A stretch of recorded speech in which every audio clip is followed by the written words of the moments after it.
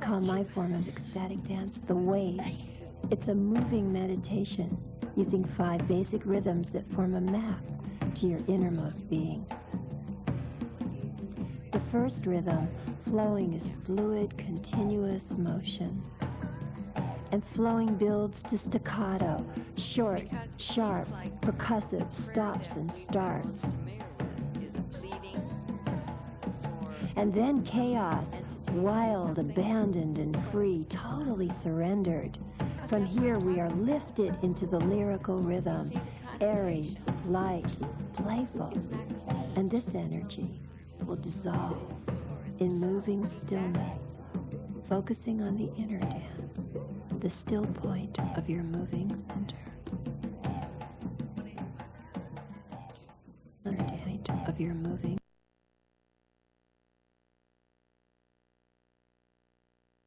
Everybody can do this practice. It's not about how you... Westin Hotel, attending the Body and Soul Conference. It's a fabulous conference with wonderful speakers from all over the country. My guest on this segment is Gabrielle Roth, who is an artist, philosopher, and a healer, and she has some special ways of expressing that, and we're going to have a discussion about that. Join me in welcoming Gabrielle Roth. Thank you very much for accepting my invitation to be my guest. That pleases me. Well, it's very nice, and you've written a book called Sweat Your Prayers, and that's what we're going to learn about today, aren't we? Surely.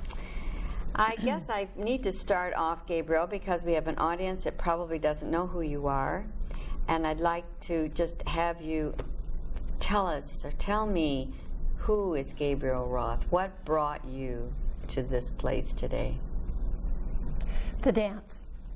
I started dancing when I was 4 years old, and by the time I was 16, I was making my living dancing and teaching, and the dance turned into movement.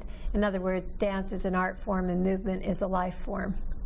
So that when I was 16, I turned a corner and I started teaching movement to people who didn't dance, and put myself through college doing that. Really? And working with children and with seniors and with people who were in recovery programs. This was before recovery programs were called that. With people with specific disabilities like the deaf and the blind. And really? How wonderful for them to get in touch with themselves. Well, yes, through movement, which is a very vital language for all of us. It is. But you had an interesting beginning, didn't you? You went to a Catholic school?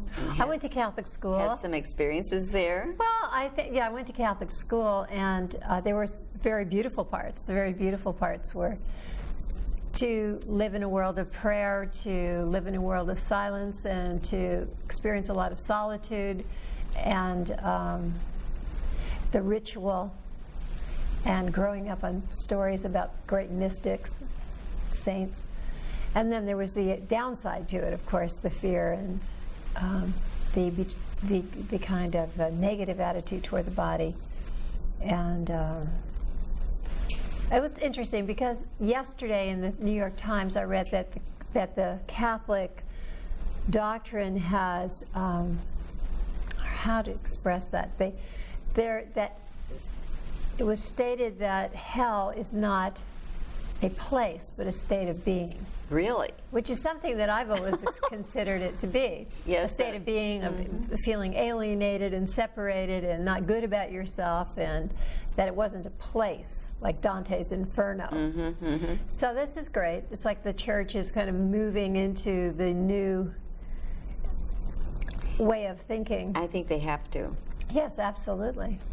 But you had some very personal experiences that colored your life at that time, and you write about it in your book, and that was kind of profound, I would think, for a child. Well, are you to have your sandwich snapped off of your mouth? Oh, yeah, the nun taking my sandwich. Eating meat on Friday. You were eating meat on Friday. Right. Yeah, those kinds of little disturbances, we'll say. I mean, you know, there were lots of little disturbances because the school I went to was very strict and very rigid. So I said, you know, you pull beauty out of, and when I look back on it, I see the places where that kind of experience was devastating for me, and I also see the good parts. So nothing is ever out of balance. Singular. Yeah.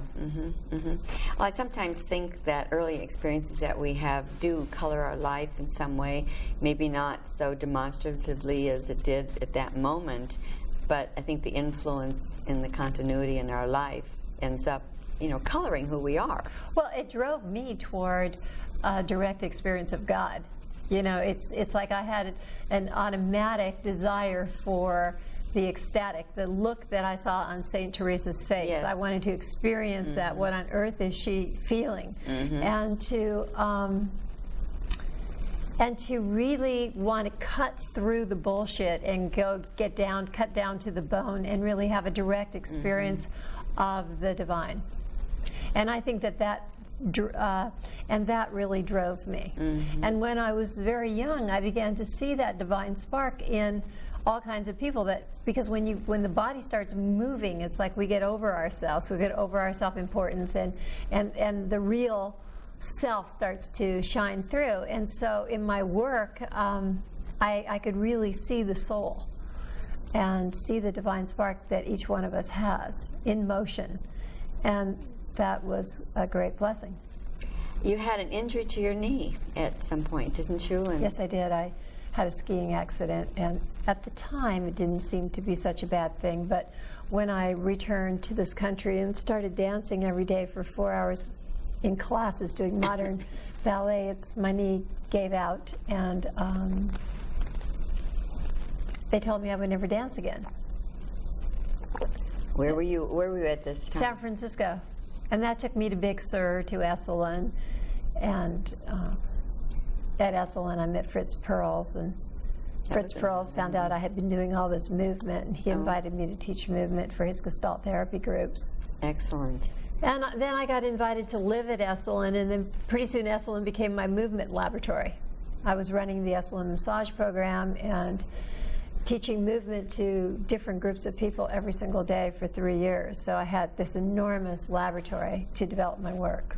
And during this time you did research? And this was research for me was grabbing my albums and going into the room and facing a new group of people every single day, and being the movement specialist, quote, in residence at Esalen. Did you by that time have your 5 movements down? It's when I began to discover that I had them, but I didn't have the language.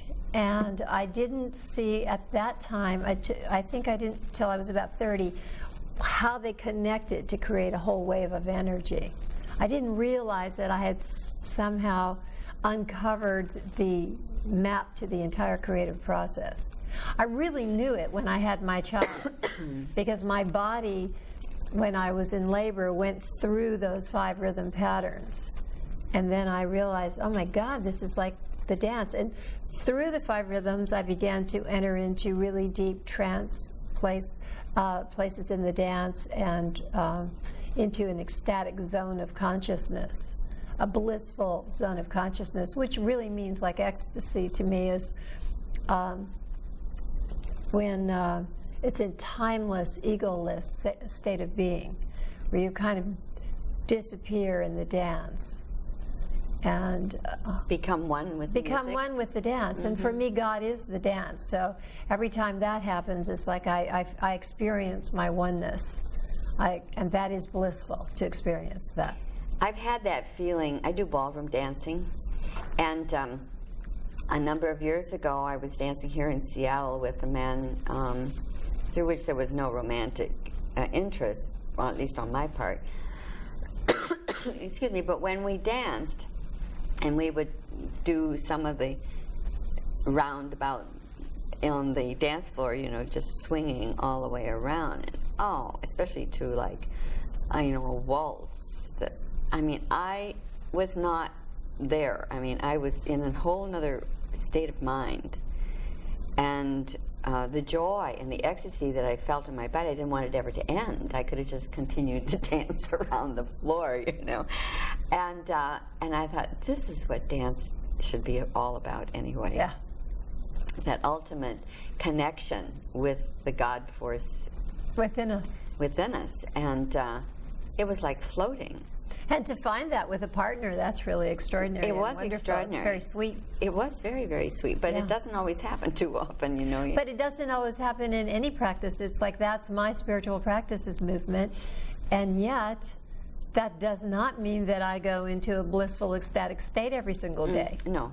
You know, it's like I always think of myself more like a surfer.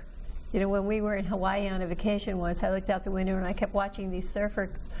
They'd line up every day and they'd paddle out and they'd just sit on these boards and wait for this big wave. It's true. Sometimes there were no waves and sometimes there were huge waves. And I'd look at them and I think, well, my life's kind of like that. It's like I move into the dance every day, and some days I get swept away, and other days I just really experience the excruciating pain of my boredom or my resistance or my tension or my distraction, and that becomes part of my dance. And so every day is different, but I find that it's an amazing way to stay aware, to stay in touch with the flow of my energy, and to keep that energy in motion so I don't end up living in inertia or living in tension. I think that's something good. I noticed you talk about inertia in your book, and yes. Can you expand a little bit more on that so the viewers who are not fully acquainted with this could better understand? Well, inertia is when we just resist movement. So there's this, like maybe, you know, it's the shadows, every rhythm, and there are the 5 rhythms of flowing, staccato, chaos, lyrical, and stillness, and each rhythm has a shadow side, in other words, something that's pulling against it. And the first rhythm is the rhythm of flowing, when we really get in touch and discover the flow of our energy, which is constantly changing. And some days there's a real resistance to that flow. And then we become couch potatoes or lethargic, or we drag ourselves through the day. And so if I'm feeling that way, then in my practice, I do that dance. You know, I do this really deep, resistant, heavy. And then as I acknowledge that energy in myself, it begins to change and to become part of my flow, and pretty soon I'm flowing. Whereas if I identified with the lethargy and the inertia and just sat around all day and got deeper and deeper into it, it doesn't really go anywhere. You become almost melancholy. Yeah, it just, you know, then it just, the weight gets heavier and heavier, and you get sucked further and further out of your flow. Whereas if you acknowledge, well, this is where I'm at today, and you realize, well, this is a beautiful dance too. I mean, doing that resistant inertia dance, if you're actually doing it, exploring it, becoming aware of it, how it feels, you know, what its dimensions are, what its tempo is. It's like you allow yourself to give it attention, and then it in the act of movement, it becomes something else. So that's the practice. So you're really freeing the energy in the body that's trapped by the emotions. Yeah. Well, not by the emotions. There's physical inertia. There's emotional inertia. There's mental inertia. But doesn't the emotion get trapped in the muscles and so forth, so that when you're moving, that you really are able to release some of that? Well, yeah. It's just, for me, I look at them separately. It's like they're not separate, but we're very complex. It's like we have physical inertia, which is just pure. Let's say for example, recently I went to a building in New York where I hate the elevator. So I walked up 16 flights of stairs. Oh gosh, Gabrielle. And the next day my legs were like, they hated me. You know, they just, my thigh muscles and my hamstrings and my calves, it was like they were screaming and screeching. And that was pure physical inertia. It wasn't particularly emotional or mental. It was pure physical. I had misused my body, and now my body was getting really upset. So I had to move through that, which is painful, to get to that and get that part of that myself back into the flow. because every part of me wanted to not, to just do nothing. In real stillness, yeah, right? And other days, maybe let's say we wake up and we're very frustrated with the person that we're living with, or but we don't say it, but we don't say anything. We just feel this frustration, and something else happens, and we feel frustrated about that, but we don't say anything, and we just keep building this frustration. We're angry, but we don't say anything. We put on our nice little happy face, and and then there's this. We start to build up this emotional inertia, which is really counterproductive and dragging us down. In fact, generally speaking, we might have a whole lifetime of that, of those denials of what we're really experiencing. And so we're dragging that emotional kind of inertia with us everywhere we go in the body. So there's these kind of like gradations of inertia. There's mental inertia where you just, like I feel it in writing sometimes, where nothing is coming, or where the mind keeps going. It's trapped in a certain mode. It keeps going back. It's obsessed with the same situation, and it keeps rehashing it and refiguring it and reanalyzing it. Playing the tape over and over and over. And then so we're trapped in some kind of mental inertia. And now let's say we have all three of these things going on in one day. The horribly tight muscles and the anger and this obsession, and it's all going. They all have different, points of view, but they're all happening in the same domain. Interesting. And then we can get really complex and complicated. And fortunately, in the dance, everything simplifies, because you start moving, and all of these energies start moving too. And all of them begin to be transformed until suddenly there's a slight emptiness within us. The muscle, you move through that ache, you start to let go of some of that frustration and anger, and your head starts to calm down a bit. And so the movement can hold it all because it's huge, it's big, it's God. So it can hold everything. It can hold us and turn us into something much more mysterious than we are on our own. That's really beautiful. This is really where the healing comes in, isn't it? And this is the healing, and it's self-healing. My work is very healing, but I don't, it's not like I will heal you. It's, the movement will heal you. I come to the practice, the 5 rhythms are my teacher. And every day I come to meet the teacher and see what teachings it has for me today. From flowing, I learn how to really discover the flow of my energy so that I'm really true to it, not following somebody else's flow. From staccato, I really learn how to be more definite, how to have boundaries and lines, how to say no and yes and mean it, how to really take the flow of my energy and define it in a way that I can reach its edge, and know this is as far as I go today. Interesting. Because my flow changes. Maybe today my flow hardly wants to get out of the chair.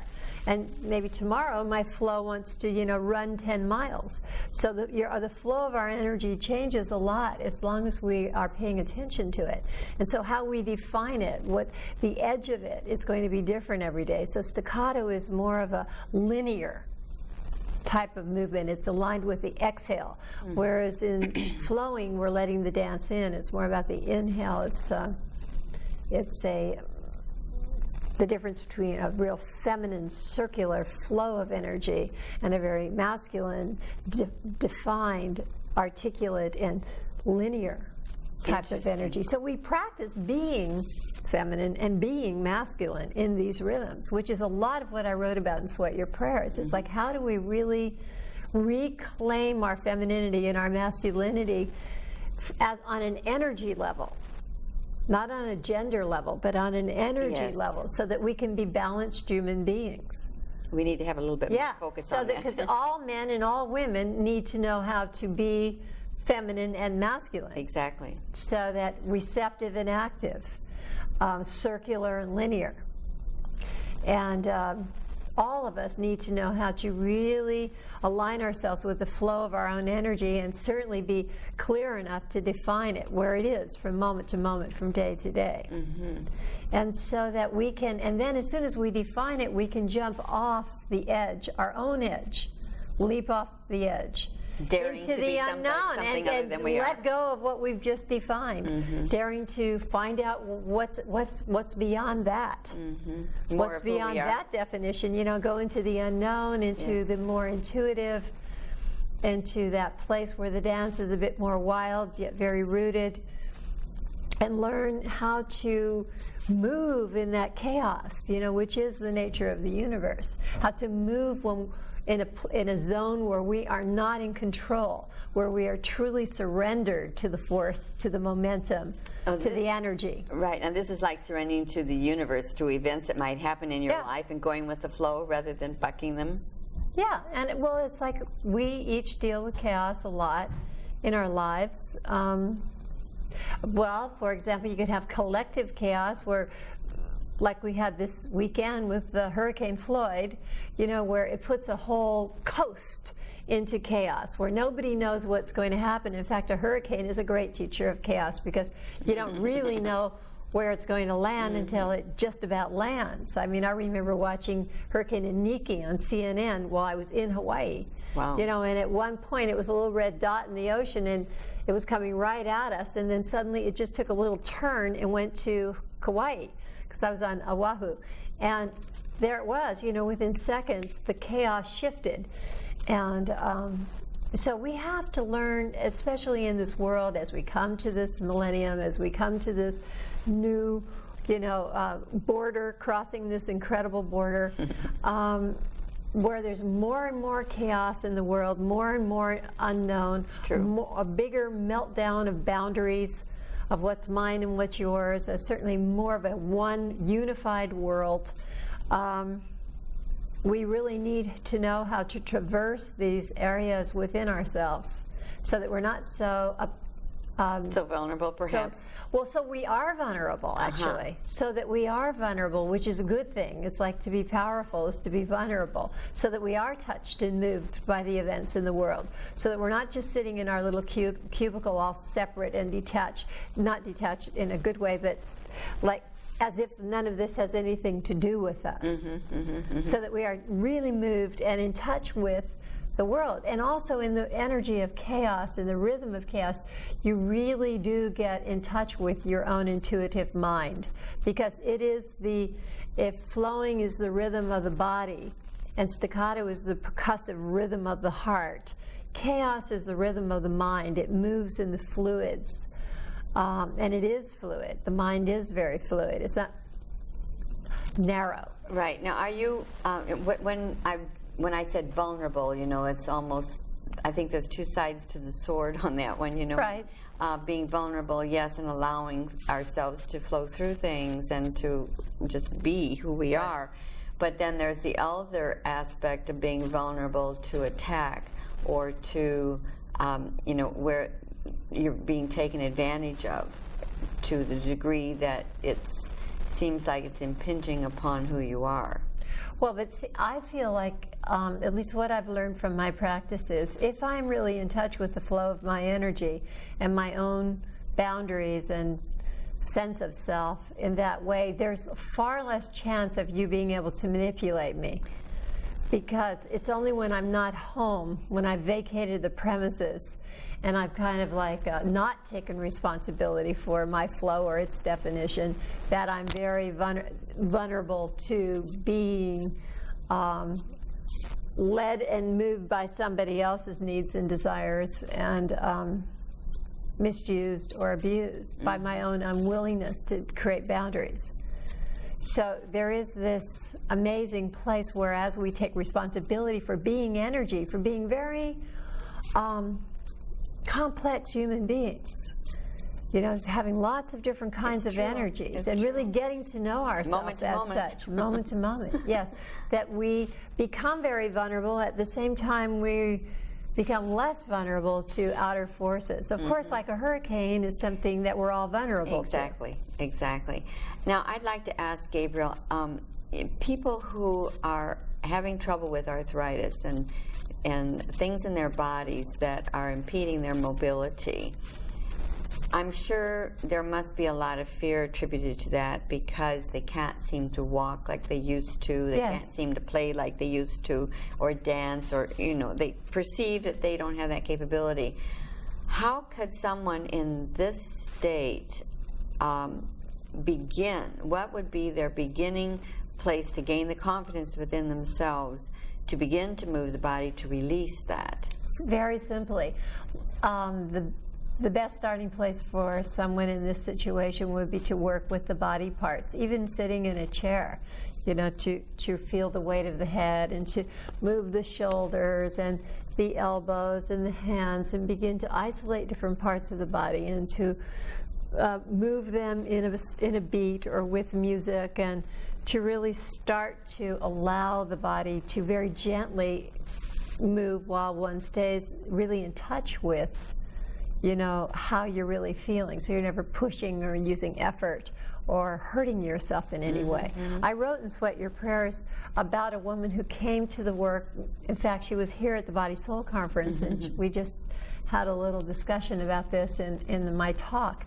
But she came to the work at 64 years old from a fundamental Christian background. She had never moved or danced in her life. Wow. She had lots of arthritis. She was filled with arthritis, and she also was rather overweight. And she ended up in a very, in like a weekend workshop I was doing at Esalen.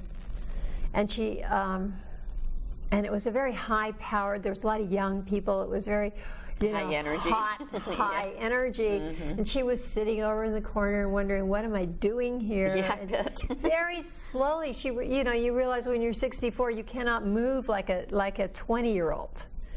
But, you start to find your own way. And she did, and then she ended up staying for 5 more days with me there and dancing in a 5-day. And now, 10 years later, she's teaching the practice. She does it every day.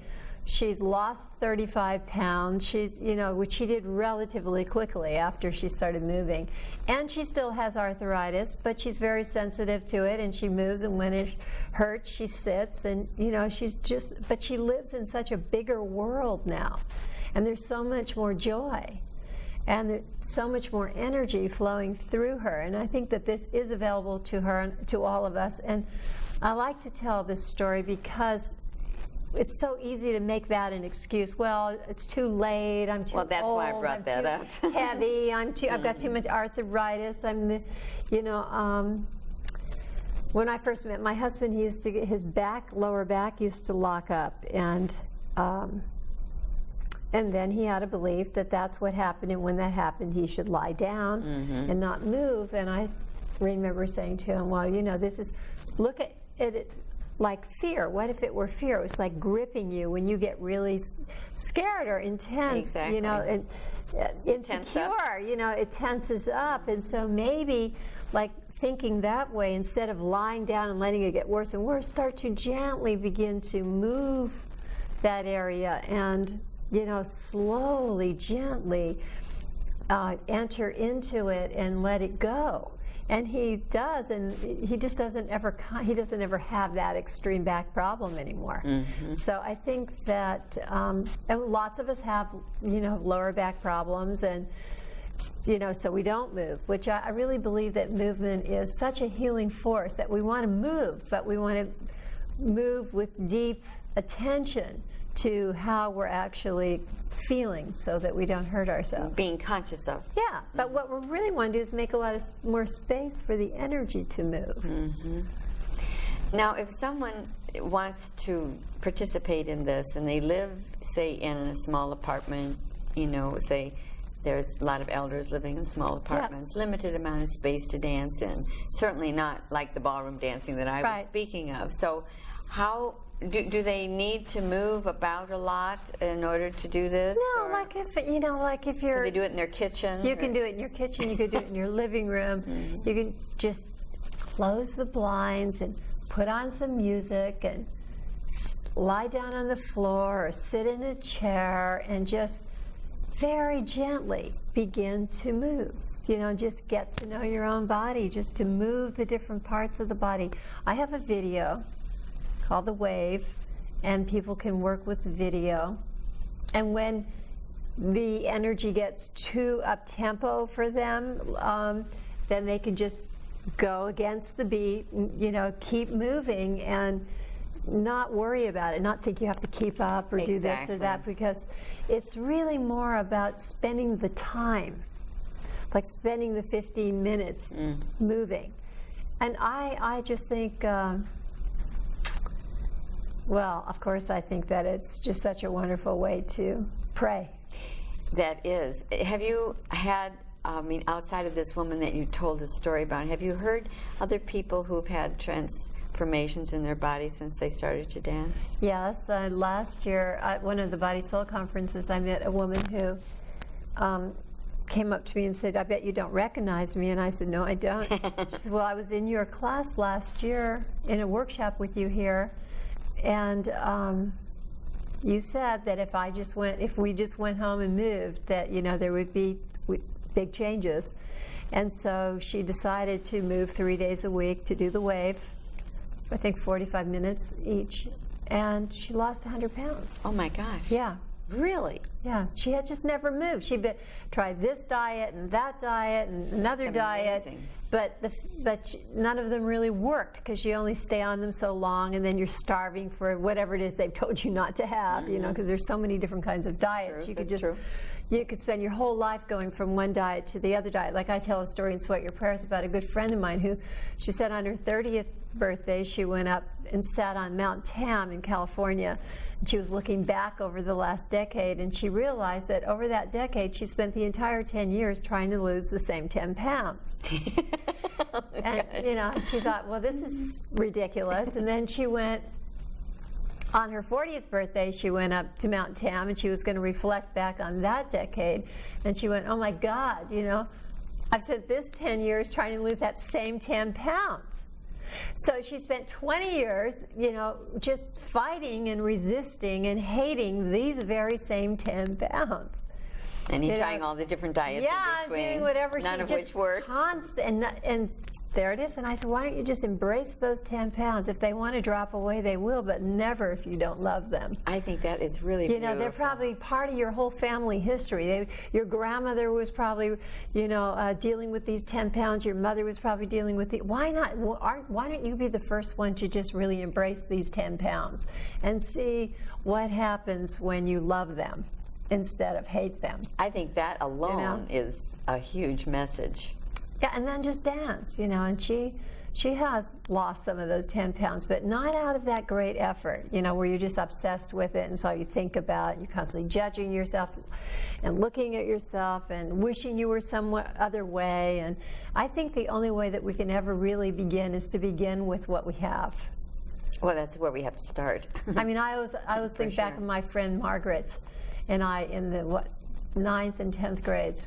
Every Saturday we would get together, and she had this gorgeous long wavy auburn hair, and I had this straight black hair, and we'd get together, and I would put mine in these big curlers, and she would put these weights on her hair, and then she would toward the evening she would iron her hair. Oh my gosh, really? And get it really straight, and then by the time we were ready to go out, her hair would be perfectly straight, mine would be all curly, and we'd walk out into this tule fog, and within 3 minutes, her hair would go shh, like that, and mine would go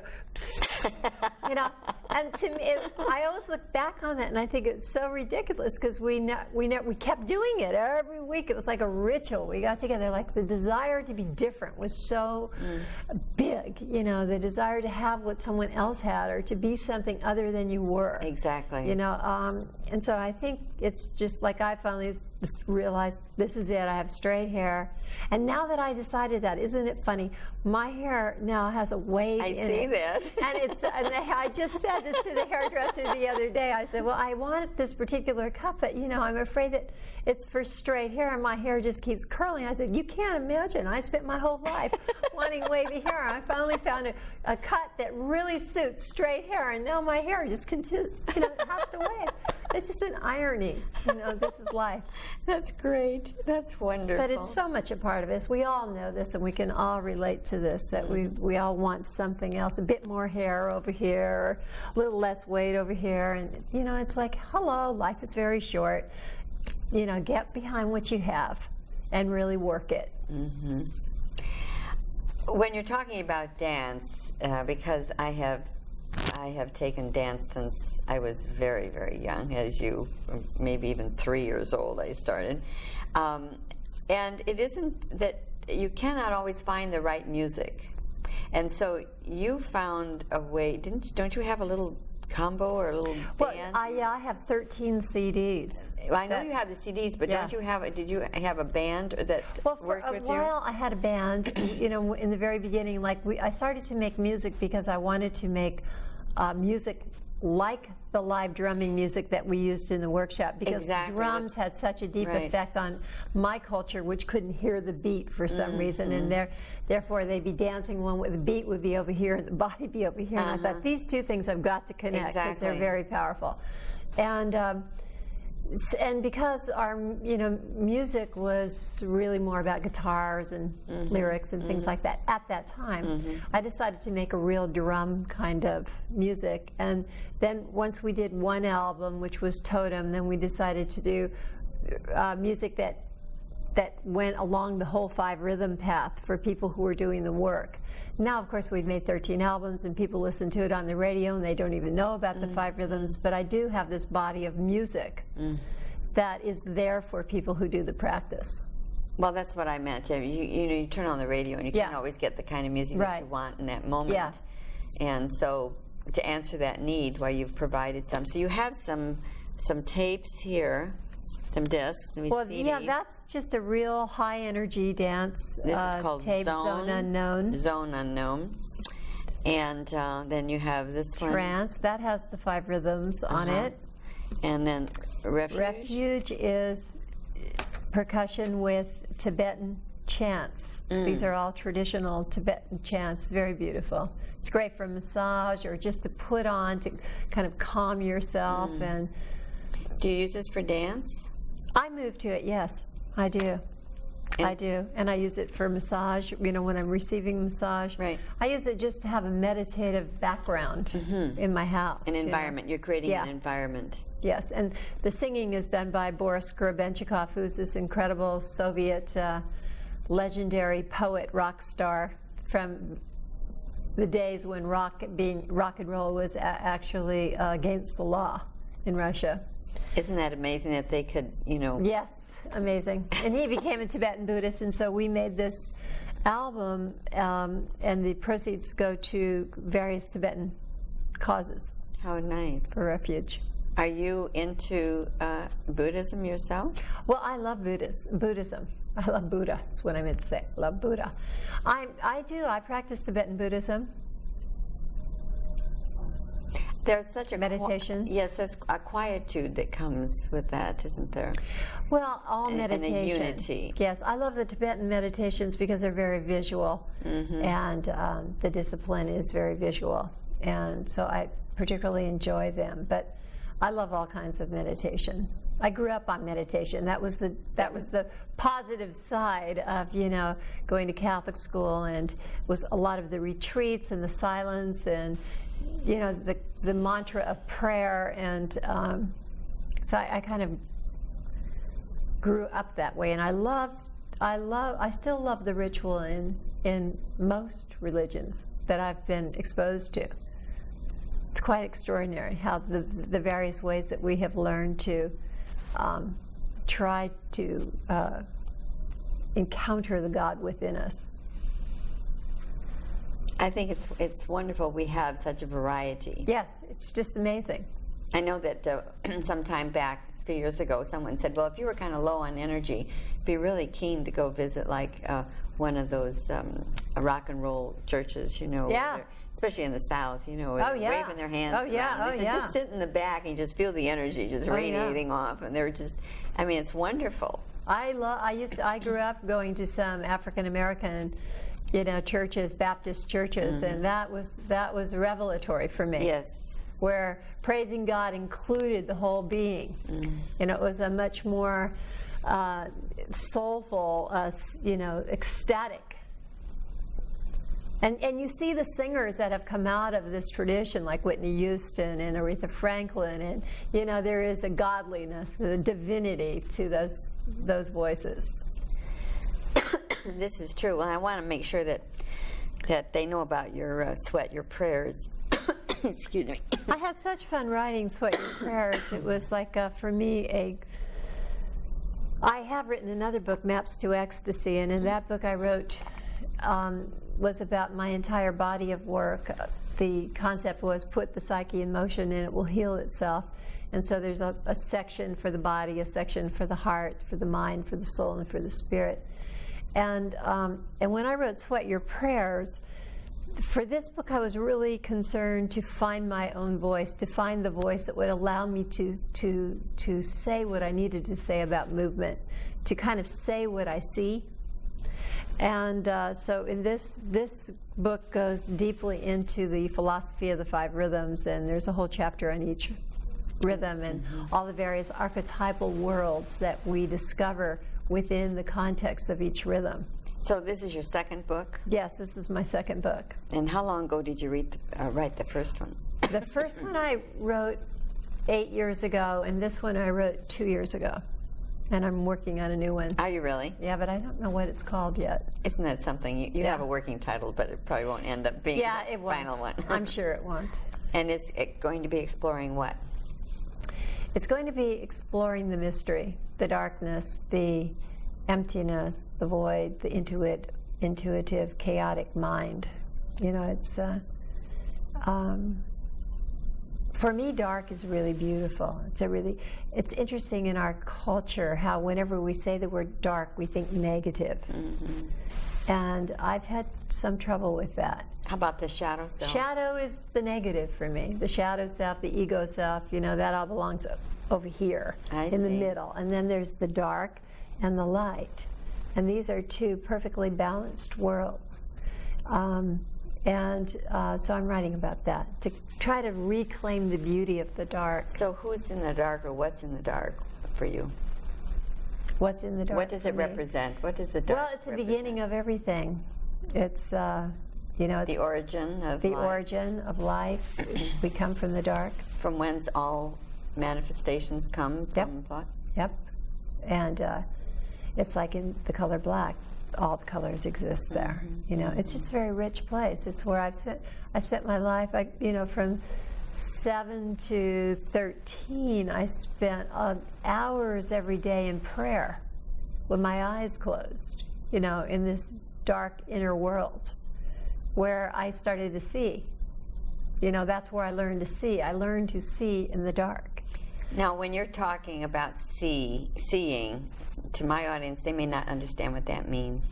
Well, for example, I learned to see, we think that we see with our eyes, and I think a lot of what we do visually is look, and looking is very different from seeing. Looking involves judgment, considering, and analyzing, and comparing, and it's a very busy. Seeing is empty. Seeing has to do with energy. And when you close your eyes and you move into that dark world, and suddenly, lights go on, you start to actually see visions, or also I think that we develop a sense of seeing that goes with us when we open our eyes and come back here, so that we're seeing in a more intuitive way.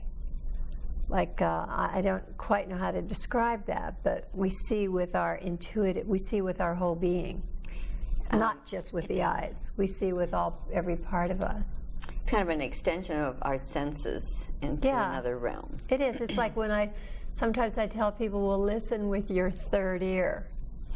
And they look at you and they say, yes, Gabrielle, what do you mean third ear, and where do I have that? I mean, listen deeply. Listen way back there, and you'll hear differently. That's really sensing energies. Yeah. For me, it's always been about sensing energy. I grew up very perhaps because of the movement and the prayer, I grew up very into, and maybe my family, because my mother also, when I think about it, my mother was also very psychic. But I grew up with that kind of psychic energy around me all the time of knowing things before they happen and seeing, like looking at somebody, knowing they were pregnant, or this is the kind of seeing, I mean, really seeing with the third eye, you know, it's like seeing the future, seeing the past, seeing things that had happened or haven't happened or will happen, so that my seeing wasn't necessarily limited to what was right in front of me. I could see through it quite often. And that's, I believe, to be the way we all are. Yeah, I think if we had any way of developing that part of ourselves, and that we have this other sight. Well, I know I grew up with it, but I don't think that my parents ever really discussed it with me. It was just something that I just had the ability to do, and I could always read the energies, always knew where everybody was in their space, and if I was in an environment that wasn't safe, even though I wasn't with the people themselves, I could sense the energies and take the appropriate action. And I'm wondering if we don't all have that, but it's repressed through schools and parents wanting us to behave a certain way and not to rock the boat in a family and just be good little girls and boys. Yeah. And I think your experience perhaps was part of that too, in your early years of experiencing the repression that comes from certain rules that are not necessarily... Yeah, you made me think of something that is one of the odd outcomes of going to Catholic school was I definitely wanted to grow up to be a sinner, because saints always had bad endings to their stories. I mean, truly bad endings. And that was always very clear to me. Make sure you grow up to be a bad girl. Oh, that is funny. Really? that was a little intimidating, you know. All the martyrs and oh yes, really. Getting crucified on the cross. Right. Yeah. Tell that lie. Make sure you tell that lie. Yes. Oh golly, that is really funny, Gabe. No, it's a funny slant on it, but it was really true. It's like very intimidating. But I was also thinking that the other part of that made me think about that was that because I was really intuitive at that age, I used to creep people out a bit, you know, if I said things and they hadn't happened yet, or, you know, the adults didn't receive this as good news. And I think that I also had a great fear of it. Like in the stories that I was exposed to, you know, this would be a witch or somebody. And so it was like really scary for me that I had this energy. I wasn't happy about it. I didn't like it, and I do think that. So I fought it. And when I think I was maybe in college when I started to relax into it and let it be, and realize, well, just the way it is. And then the more I danced, the more open all these faculties became. Did you influence the people in college with your dance? With my dance, no, I don't believe so. I influenced people in a strange way. Like, if I was, like, I escaped into my dance. While college for me was painful, and for a certain part of it was very painful to me. What did you major in? I majored in history and literature, and I had a minor in drama. And then I danced. Well, I was teaching all the time. I was teaching children all the way through. I was teaching all these people that I told you about earlier through college. And myself, my own personal dance, I was still trapped. Like, part of me, although I was teaching movement, I was actually taking dance. And that caused a lot of criticism, not jealousy, but criticism and judgment on my part. Like I wasn't good enough, and my arm and my feet were too big. I was too tall. Well, they always tell you you're too tall because you were supposed to be like 5'3", weigh 2 pounds if you wanted to wear. And I didn't look good in pink, and I was like. But I also, when I went to, I used dance, started using dance at that time to retreat from, say, this world here. Like I might be in a party and I just I call myself now the lone raver. It's like I was, there was no rave scene, but I was definitely in my little own rave scene, just dancing by myself. No, you really could escape into... So I did. That's how I escaped almost all social situations, was to really, when I was uncomfortable, it was just to go inside and retreat inside the dance. And then when I started doing that and dancing in that way, I started to really experience my pain. Retreating in there, I started feeling a lot of feelings that I had that I'd kind of repressed and shoved back down. And then I moved to Europe when I was 19, and I was exposed to a gypsy dancer, La Chunga, and she was amazing. I always said that she stamped out my original sin with her bare feet. But she was like a barefoot gypsy dancer, and she was probably the same age. We were probably the same age, and I just remember the night that she came on stage and she just took my soul by storm. It was like I'd never seen a force of nature like La Chunga. She danced the pain of 1,000 people, you know, of thousands of years of her people. She just transformed all of it. She spit her dances out, and that was just that was not ballet. You know, it was totally emancipating for me, because suddenly I made a connection to the part of me that wanted to retreat into my dance, the part of me that experienced all the pain that I was hiding in this skinny little body, and the part of me that wanted to release it, you know.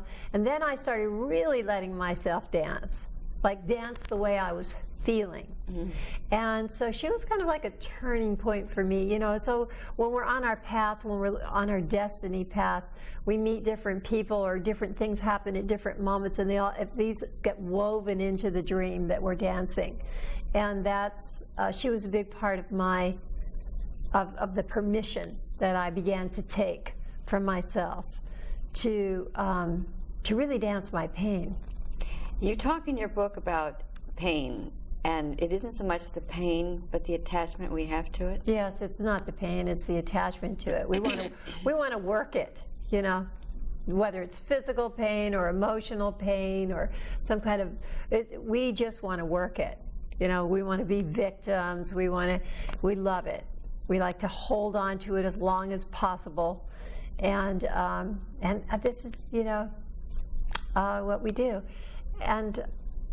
Do you think that's just to gain attention, or one is sympathy, or what? To gain attention, to have sympathy, and because it's a way we've been conditioned that you know, get a grip, get over yourself, you know, boys don't cry, all these things that kept coming at us, you know, shut up, don't talk to your parent like that, don't do this, don't do that, you know, it's all going this way, sit still, And so, you know, so that there we're sitting in all of this stuff, we start to feel sorry for ourselves, you know, because we know instinctively that this can't be true. No. This can't be authentic.